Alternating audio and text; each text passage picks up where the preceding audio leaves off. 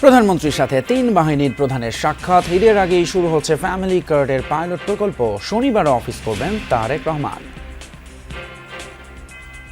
Target আমাদের 5 কোটি বৃক্ষরোপণ করার প্রতি বছর। যারা আপনার প্রতিবন্ধী, বিধবা, এই ধরনের পশ্চাৎপদ যারা, আমরা তাদেরকে গুরুত্ব দিয়ে গেবো, বাট পর্যায়ক্রমে সবাই আসবে। মধ্যস্বত্বভোগী থাকবে না, কোনো ধরনের রেফারাল কেউ থাকবে না, সরাসরি তাদের হাতে পৌঁছে দেওয়ার জন্য সবচেয়ে লেটেস্ট মাধ্যম সেটা ব্যবহার করব।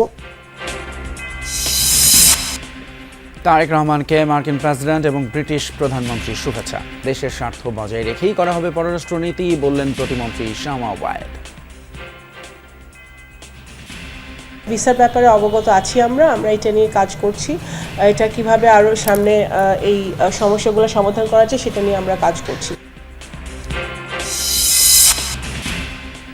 রাজনৈতিক সংকীর্ণতা থেকে বেরিয়ে আসার আহ্বান বিরোধী দলীয় নেতা ডক্টর শফিকুরের। আওয়ামী লীগ পুনর্বাসনের চেষ্টা প্রতিহতের ঘোষণা নাহিদ ইসলামের। জার্মান তারকা ফুটবলার ওজিলকে নিয়ে কক্সবাজারে এরদোগান পুত্র বিলাল। রোহিঙ্গাদের সাথে ইফতার ফেরার পথে বহরের একটি গাড়ি দুর্ঘটনার কবলে।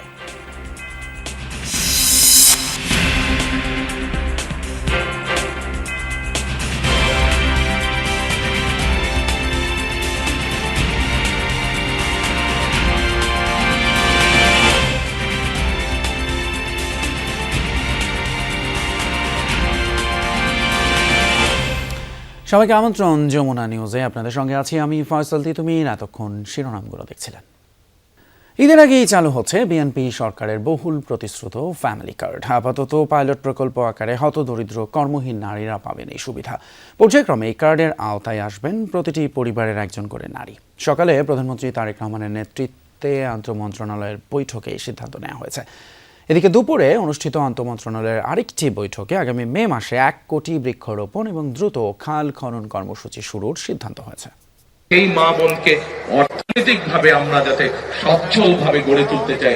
প্রায় 2.5 বছর আগের পরিকল্পনা, নির্বাচনী ইস্তেহার এবং বিভিন্ন জনসভায় কেন এই ফ্যামিলি কার্ডের পরিকল্পনা, এই কার্ডের কার্যকারিতা এবং সুবিধাই বাকি তা তুলে ধরেছিলেন তারেক রহমান। দায়িত্ব গ্রহণের দ্বিতীয় দিনেই এই ফ্যামিলি কার্ড চালুর কর্মপরিকল্পনা ঠিক করতে আন্তঃমন্ত্রণালয় বৈঠক করেন তারেক রহমান।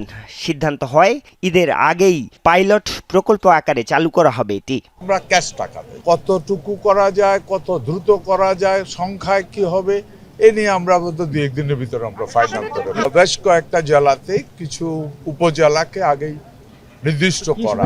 অগ্রাধিকারের দিক থেকে আমরা এই মুহূর্তে যারা হতদরিদ্র, যারা আপনার প্রতিবন্ধী, বিধবা, এই ধরনের পশ্চাৎপদ যারা, আমরা তাদেরকে গুরুত্ব দিয়ে গেবো, বাট পর্যায়ক্রমে সবাই আসবেন। ফ্যামিলি কার্ড বিতরণে থাকবে না রাজনৈতিক বিবেচনা। এনআইডি কার্ড অনুযায়ী সরাসরি প্রতিটি পরিবারের নারীদের হাতে পৌঁছে যাবে এই কার্ড।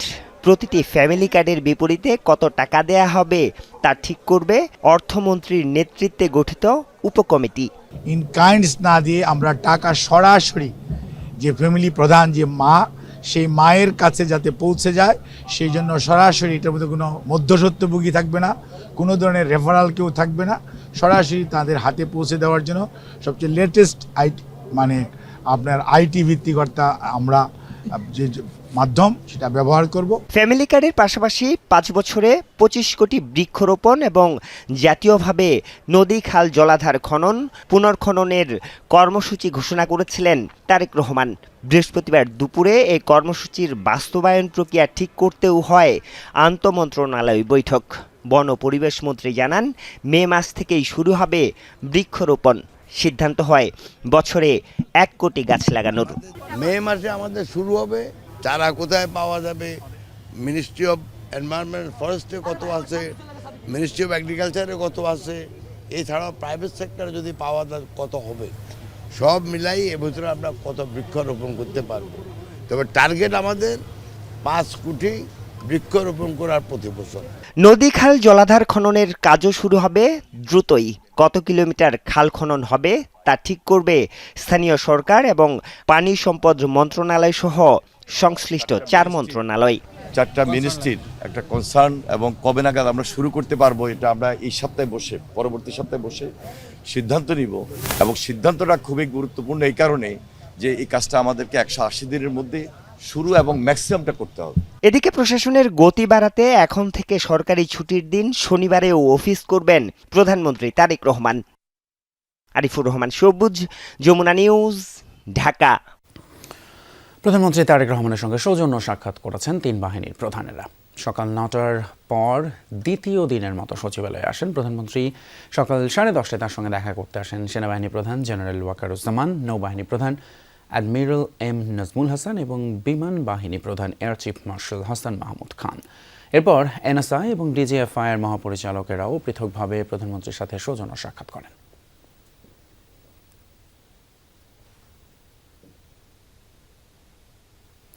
প্রধানমন্ত্রী তারেক রহমানকে অভিনন্দন জানিয়েছেন মার্কিন প্রেসিডেন্ট ডোনাল্ড ট্রাম্প। বুধবার পাঠানো শুভেচ্ছা বার্তা সম্বলিত এক চিঠিতে তিনি তারেক রহমানের ঐতিহাসিক বিজয়ের জন্য অভিনন্দন জানান এবং তার সফলতা কামনা করেন।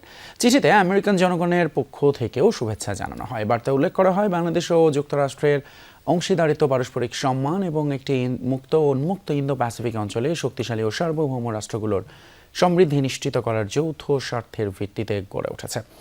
নবনির্বাচিত প্রধানমন্ত্রীর নেতৃত্বে দুই দেশের বাণিজ্যিক সম্পর্ক আরও এগিয়ে যাবে বলেও আশা প্রকাশ করা হয়। এদিকে বাংলাদেশের নির্বাচনে বিজয় এবং প্রধানমন্ত্রী হিসেবে দায়িত্ব নেয় তারেক রহমানকে অভিনন্দন জানিয়েছেন যুক্তরাজ্যের প্রধানমন্ত্রী কের স্টারমার। বৃহস্পতিবার অভিনন্দন বার্তাটি সামাজিক মাধ্যমে প্রকাশ করে ঢাকার ব্রিটিশ হাইকমিশন।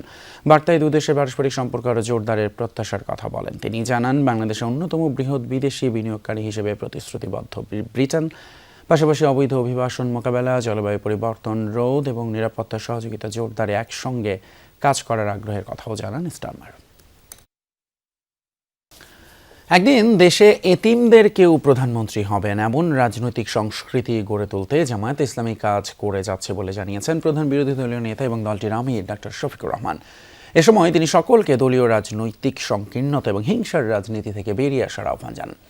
প্রথম রমজানে রাজধানীর মিরপুরে এতিমদের সম্মানে আয়োজিত ইফতার মাহফিলে এসব কথা বলেন সংসদের বিরোধী দলীয় নেতা। প্রথম রোজায় বাবা মা হারা এতিমদের সাথে ইফতার করলেন প্রধান বিরোধী দলীয় নেতা ও জামাত আমির ডাক্তার শফিকুর রহমান। রাজধানীর মিরপুরে জামাত আমিরের নিজ আসনে এই ইফতার অনুষ্ঠানের আয়োজন করা হয়। আজকে যাদেরকে এতিম হিসাবে সমাজের মানুষ ভালোবাসে,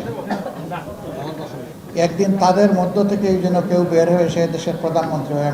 অনুষ্ঠানে প্রধান অতিথির বক্তব্যে জামাত আমির বলেন, একজন এতিমও যেন বাংলাদেশের প্রধানমন্ত্রী হতে পারে তেমন দেশ গঠনে কাজ করছে তার দল। দলীয় ও রাজনৈতিক সংকীর্ণতা থেকে বেরিয়ে এসে হিংসা বিদ্বেষ ভুলে দেশকে এগিয়ে নিতে সব রাজনৈতিক দলের প্রতি আহ্বান জানান তিনি। আমরা চাই সরকারি দল, বিরোধী দল মিলেমিশে উদার মানসিকতা নিয়ে প্রত্যেকটি নাগরিককে সম্মান করে তার অধিকার যেন আমরা নিশ্চিত করতে পারি। উভয় মিলে আমরা সেটাই আশা করি। গণমাধ্যম ও বিচার বিভাগের পরিপূর্ণ স্বাধীনতা চাই জামাত উল্লেখ করে তিনি কয়েকজন সাংবাদিকের সদ্য চাকরিচ্যুতির ঘটনায় উদ্বেগ জানান। আমাদের অঙ্গীকার ছিল স্বাধীন বিচার ব্যবস্থা এবং স্বাধীন গণমাধ্যম, এই দুইটাকে আমরা পূর্ণ স্বাধীনতায় দেখতে চাই। গণমাধ্যম তার মতো করে চর্চা করুক, জনগণ গণমাধ্যমের মেসেজ কীভাবে নেবে এটা জনগণের ব্যাপার, কিন্তু এখানে কেউ হস্তক্ষেপ করবে না। গণমাধ্যমের স্বাধীনতার উপর নির্লজ্জ হস্তক্ষেপ যারা এটা করেছেন তাদের প্রতি আমাদের বিনয়ী অনুরোধ, আপনারা এখান থেকে ফিরে আসুন, যারা যেখানে ছিল তাদেরকে পুনর্বহাল করুন। জামাত আমির বলেন, দায়িত্বশীল বিরোধী দল হিসেবে সরকারের ভুল ধরিয়ে দিয়ে গঠনমূলক সমালোচনার মধ্য দিয়ে সরকারকে পথ দেখাবে বিরোধী দল। শামীম রেজা, যমুনা নিউজ, ঢাকা। গণভোট যদি বাতিল হয় তাহলে নির্বাচন প্রশ্নবিদ্ধ হবে এবং এই সরকারের বৈধতাও থাকবে না বলে মন্তব্য করেছেন এনসিপির আহ্বায়ক এবং সংসদের বিরোধী দলীয় চিফ হুইপ নাহিদ ইসলাম। বৃহস্পতিবার দুপুরে এক সংবাদ সম্মেলনে তিনি একথা জানান। বলেন, সংবিধান সংস্কার পরিষদের শপথ না নিয়ে বিএনপি জনগণের সাথে প্রতারণা করেছে। আওয়ামী লীগকে পুনর্বাসনের চেষ্টা হলে প্রতিহতের হুঁশিয়ারি দেন নাহিদ ইসলাম। ভুল ব্যাখ্যা দেওয়ার মাধ্যমে, সংবিধানের দোহাই দেওয়ার মাধ্যমে সংবিধান সংস্কার পরিষদের সদস্য থেকে শপথ না নেওয়া থেকে তারা নেননি, তারা বিরত থেকেছেন। আমরা মনে করি এটি সংস্কারের সাথে প্রতারণা করা হয়েছে। এটি নতুন বাংলাদেশের যে আকাঙ্ক্ষা, সেই আকাঙ্ক্ষার সাথে প্রতারণা করা হয়েছে এবং যে গণরায় এসেছে গণভোটে, সেই গণরায়কে বৃদ্ধাঙ্গুলি দেওয়া হয়েছে। ফলে যদি গণভোট বাতিল হয়ে যায়, ফলে এই সময় সরকারেরও বৈধতা থাকবে না। বাংলাদেশের প্রথম 5D AI ইনভার্টার যুক্ত সর্বোচ্চ বিদ্যুৎ সাশ্রয়ী Jamuna air conditioner. Jamuna news এই পর্যায়ে সময় হলো একটা বিরতির, সঙ্গে থাকুন।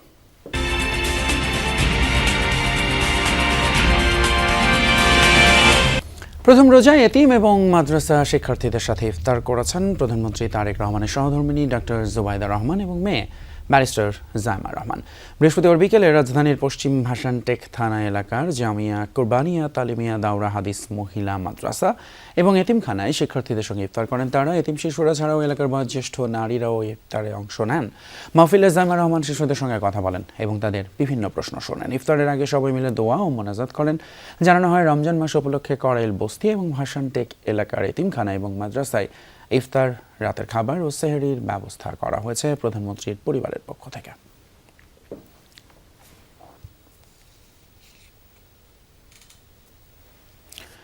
কক্সবাজারে ব্যস্ত সময় কাটালেন জার্মান ফুটবল তারকা মেসুত ওজিল এবং তুরস্কের প্রেসিডেন্ট পুত্র। রোহিঙ্গা ক্যাম্পের পরিবেশ দেখার পাশাপাশি ফুটবল খেলেন শীর্ষ কিশোরদের সাথে। রোহিঙ্গা জনগোষ্ঠীর শিক্ষা এবং জীবনমান উন্নয়নে আন্তর্জাতিক সব সংস্থার সহায়তাকে এগিয়ে আসার আহ্বান জানান তারা। উকিয়ার 4 নম্বর রোহিঙ্গা ক্যাম্পের মাঠে প্রতীকী প্রীতি ফুটবল খেলছেন তিনি যে সে কেউ নন, জার্মান ফুটবল তারকা মেসুত ওজিল। সবাইকে মুগ্ধ করেন পায়ের কারুকাজে। খেলা উপভোগ করেন তুরস্কের প্রেসিডেন্ট পুত্র বিলাল এরদোয়ান। মাঠভরা দর্শক ওজিল ওজিল বলে গলা ফাটান। I am happy that I am here in Bangladesh today, especially in this place, to see the people, to understand the people. As I said before, I wish both clubs all the best.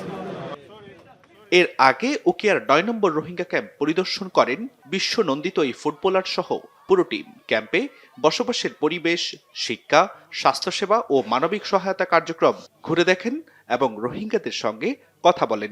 16 নম্বর ক্যাম্পের টিকা music studio এবং টিকা computer ও robotics lab উদ্বোধন করেন। সকালে কক্সবাজারের শরণার্থী ত্রাণ ও প্রত্যাবাসন কমিশনার কার্যালয়ে সংবাদ সম্মেলনে রোহিঙ্গা জনগোষ্ঠীর মানবিক সংকট, আন্তর্জাতিক সহায়তা, শিক্ষা ও ক্রীড়ার মাধ্যমে শিশু কিশোরদের মানসিক উন্নয়নের গুরুত্ব তুলে ধরেন Bilal Erdogan. And I hope we can do all those better in this time of compassion. And I hope having the first iftar with Rohingyas will send a strong message to the whole Muslim world to remember the Rohingyas, to support them. তুর্কির জনগণ সহ সারা বিশ্বের মানুষকে বুঝাতে চাচ্ছেন যে আমরা রোহিঙ্গাদেরকে আমাদের পরিবারের সদস্য হিসেবে বিবেচনা করি, সারা পৃথিবী যাতে তাদের পাশে দাঁড়ায়। দিনের কর্মসূচির শেষ পর্যায়ে তারা রোহিঙ্গা শরণার্থীদের সঙ্গে ইফতারে অংশ নেন। জুবাইর রিফাত, যমুনা নিউজ। এদিকে রোহিঙ্গা ক্যাম্প পরিদর্শন শেষে ফেরার পথে দুর্ঘটনার কবলে পড়ে মেসুত ওজিল এবং বিলাল এরদোয়ানের বহরের একটি গাড়ি। পুলিশ জানায়, বৃহস্পতিবার সন্ধ্যায় কক্সবাজার টেকনাফ সড়কের কুতুপালং এলাকায় ভিআইপি বহরের পুলিশের সঙ্গে গাড়ির একটি অটোরিকশার সাথে সংঘর্ষ হয়। এই ঘটনায় ওজিল, বিলাল বা অন্য কেউ আহত হননি। দুর্ঘটনায় অটোরিকশাটি দুমড়ে মুচড়ে গিয়েছে, আহত হন চালক। পরে আহত চালককে স্থানীয়ভাবে চিকিৎসা দেওয়া হয়। দুর্ঘটনার সঙ্গে জড়িত অটোরিকশাটি জব্দ করা হয়েছে। বিষয়টি তদন্ত করে প্রয়োজনীয় আইনগত ব্যবস্থা নেওয়া হচ্ছে বলেও জানিয়েছে পুলিশ।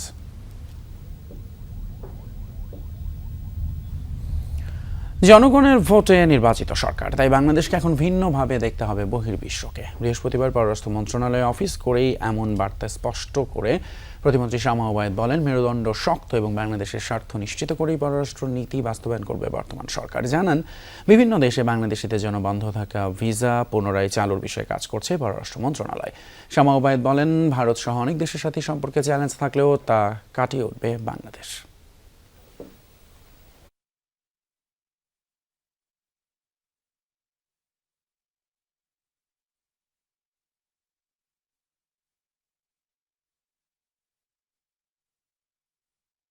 সকল রাষ্ট্রের সাথে যোগাযোগ রাখবে, কথা বলবে, বন্ধুত্ব রাখবে। সেই মেরুদণ্ডটা আমাদের অনেক দিন পরে শক্ত হয়েছে, বিকজ আমরা একটি জনগণের ম্যান্ডেট নিয়ে আমরা এসছি। মেরুদণ্ড শক্ত করে আমরা সামনের দিকে এগোতে চাই। বাংলাদেশকে সবার ভিন্ন নজরে দেখতে হবে।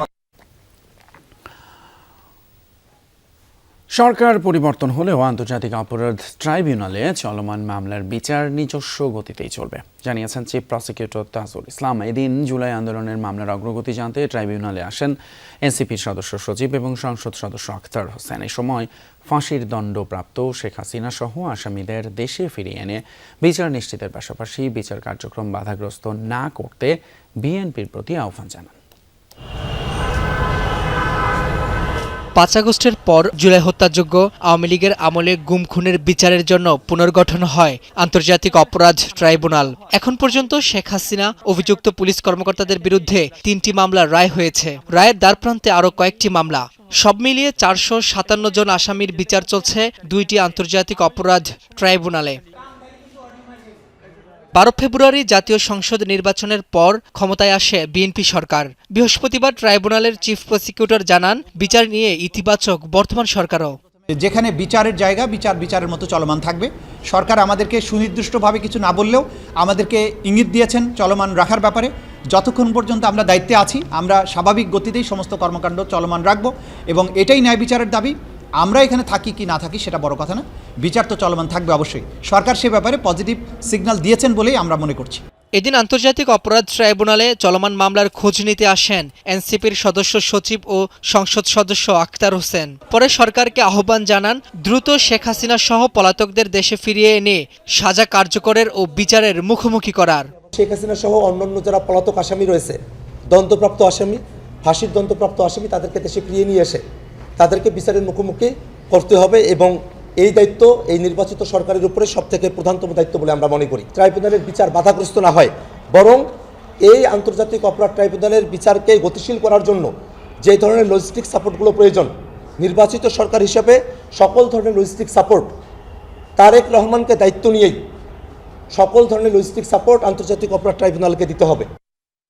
এদিন জুলাই হত্যাকাণ্ডে ওবায়দুল কাদের সহ 7 জনের বিরুদ্ধে ট্রাইব্যুনাল 2-এ সাক্ষ্য দেন মিরপুর এলাকায় শহীদ আকরাম খান রাব্বির বাবা ও শহীদ তানহার বাবা।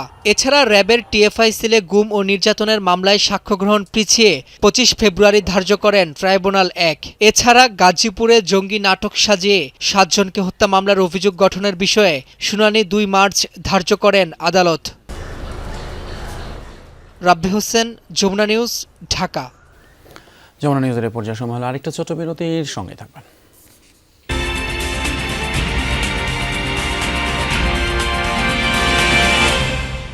পটুয়াখালীর 10 মিনায় ছাত্রদল এবং ছাত্র অধিকারের কর্মীদের মধ্যে মারামারিতে 2 জন আহত হয়েছেন।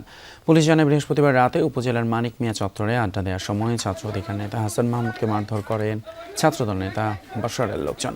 খবর পেয়ে হাসান মাহমুদকে উদ্ধারের জন্য ছাত্র অধিকারের কর্মীরা সেখানে গেলে দুপক্ষের মধ্যে মারামারি হয়। এ সময় গুরুতর আহত হয় হাসান মাহমুদ সহ 2 জন। পরে পুলিশ পরিস্থিতি শান্ত করে আহতদের মধ্যে উপজেলা ছাত্র অধিকারের দপ্তর সম্পাদক হাসান মাহমুদকে উন্নত চিকিৎসার জন্য বরিশাল পাঠানো হয়েছে। অপর আহত ছাত্রদল কর্মী প্রাথমিক চিকিৎসা নিয়ে বাসায় চলে যান।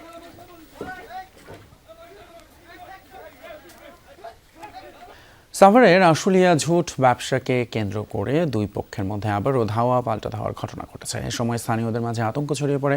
দুপুরে আশুলিয়ার জামগড়া দি রোজ নামক পোশাক কারখানার ঝুট ব্যবসা নিয়ে দ্বন্দ্বের জেরে এই ঘটনার সূত্রপাত। এ সময় বেশ কয়েকটি ককটেল বিস্ফোরণ ঘটানোর পাশাপাশি বেশ কয়েকটি মোটরসাইকেলও ভাঙচুর করা হয়। স্থানীয়রা জানায় 5 আগস্ট সরকার পতনের পর থেকে এই কারখানার ঝুট ব্যবসা নিয়ে স্থানীয় বকুল ভূঁইয়ার সঙ্গে রনির দ্বন্দ্ব চলছিল। হঠাৎই আবার ওই ব্যবসার দখল নিতে দেশীয় অস্ত্রশস্ত্র নিয়ে সংঘর্ষে লিপ্ত হয় 2 গ্রুপের সদস্যরা। এতে করে গোটা এলাকায় আতঙ্ক ছড়িয়ে পড়ে। পরে পুলিশ এসে ঘটনাস্থলে পরিস্থিতি নিয়ন্ত্রণে আনে। ক্ষমতার অপব্যবহার এবং সরকারি কার্যালয়ে অসদাচরণের অভিযোগে গ্রেপ্তার করা হয়েছে ব্রিটেনের রাজা চার্লসের ভাই অ্যান্ড্রু মাউন্টব্যাটেনকে। বৃহস্পতিবার তার 66তম জন্মদিন ছিল। সানরিংহাম এস্টেট থেকে আটক করা হয় তাকে। মেট্রোপলিটন পুলিশ জানিয়েছে তার বিরুদ্ধে প্রাথমিক তদন্ত এখনো চলমান। যৌন অপরাধী জেফ্রি অ্যাপস্টাইনের সাথে তার যোগসূত্রের কারণে বেশ কিছুদিন ধরে তীব্র সমালোচনার মুখোমুখি হন সাবেক এই রাজকুমার। অপ্রাপ্তবয়স্ক একাধিক নারীর সাথে যৌন কর্মের অভিযোগের জেরে চরম বিতর্কের মুখোমুখি হন তিনি। এ সময় সমালোচনার মুখে 2022 সালে তার সামরিক পদমর্যাদা কেড়ে নেওয়া হয়। গেল বছর বাতিল করা হয় সব রাজকীয় উপাধি, বিতাড়িত হতে হয় উইন্ডসরের রাজপ্রাসাদ থেকেও। খেলা খবর, টি-20 বিশ্বকাপে দিনের দ্বিতীয় ম্যাচে শ্রীলঙ্কাকে 6 উইকেটে হারিয়ে গ্রুপ চ্যাম্পিয়ন হয়েছে জিম্বাবুয়ে। লঙ্কানদের 179 রানের টার্গেট 4 বল হাতে রেখে টপকে যায় রোডেশিয়ানরা। কলম্বোতে ব্যাট করতে নেমে 54 রানের উদ্বোধনী জুটি পায় শ্রীলঙ্কা। মুজরাবানির পেসে 22 রানে কুশল পেরেরা ফ্রিলে ভাঙে পার্টনারশিপ। দলীয় 100 রানের মাথায় দ্বিতীয় উইকেট হারায় লঙ্কানরা। দলের হয়ে সর্বোচ্চ 62 রান আসে পাথুম নিসাঙ্কার ব্যাট থেকে। 44 রান করে ক্যাচ আউটের ফাঁদে পড়েন পাভান রত্নায়কে। নিয়মিত বিরতিতে উইকেট পড়লে দুনিত ভেল্লালাগের 15 রানে 178 রানে সংগ্রহ করে শ্রীলঙ্কা। জবাবে ব্যাট করতে নেমে 69 রানের উদ্বোধনী জুটি করে জিম্বাবুয়ে। 34 রান করে আউট হন মারুমানি, আর 12 বলে 23 রান করে আউট হয়েছেন রায়ান বার্ল। 45 রানের আগ্রাসী ইনিংস খেলে সাজঘরে ফেলেন সিকান্দার রাজা। তবে বেনেটের অপরাজিত 63 রানের ইনিংসে 6 উইকেটে সহজ জয় নিয়ে মাঠ ছাড়ে জিম্বাবুয়ে। এর সাথে শেষ করছি এখনকার যমুনা নিউজ। এতক্ষণ সাথে থাকার জন্য ধন্যবাদ আপনাদের সবাইকে।